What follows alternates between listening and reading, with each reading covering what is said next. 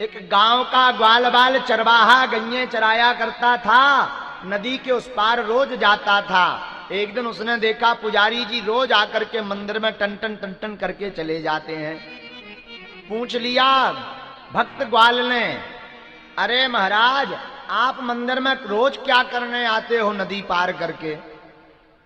ब्राह्मण देवता ने कहा, भैया हम रोज भगवान की पूजा करते हैं।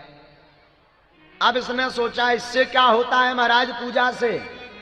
बोले पूजा से भगवान प्रसन्न होते हैं, मनोवांछित आशीर्वाद देते हैं, जो मन इच्छा होती है वो पूर्ण करते हैं।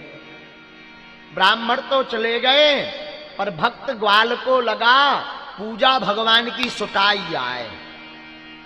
वो पूजा का दूसरा अर्थ जानता था, पर था तो भगवान का भक्त। निष्ठा उसकी बड़ी तीव्र थी। अब ब्राह्मण की बात पर, पुजारी जी की बात पर उसने निष्ठा रख ली। वो भी रोज मंदिर में जाने लगा। तो पंडित जी पूजा करके निकले और जो लठ लेके घुसे, और भगवान की तरफ लठ उगार उगार करके दो चार पटके। रोज का यही काम था, कई सालों चला। एक दिन भयंकर बारिश हुई, नदी में बाढ़ आ गई।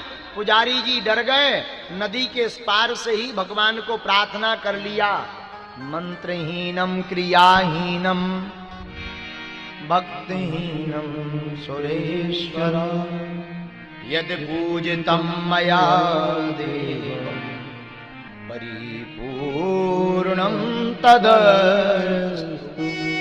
भगवान मंत्र क्रिया से हीन हैं, हम आपको माफी मांगते हैं, आज आपकी सेवा पूजा नहीं कर पाएंगे।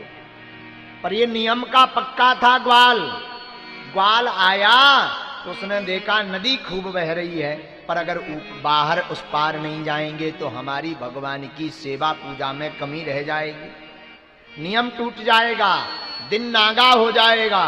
तो बिना विचार किए आई हुई नदी में यह कूद गया, उस पार पहुंच गया, लठ उगारा और चार पटक दिए भगवान पर।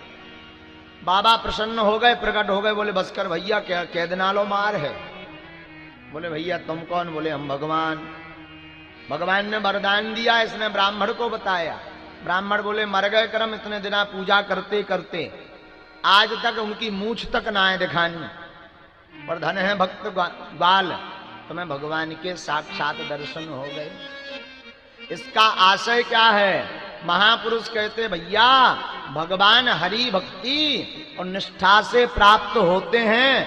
आप कितनी भी बड़ी पूजा कर लें, निष्ठा नहीं है, भक्ति नहीं है, आपकी पूजा व्यर्थ है, आपका सारा संपत्ति चढ़ाया हुआ पदार्थ सब कुछ व्यर्थ हो जाएगा।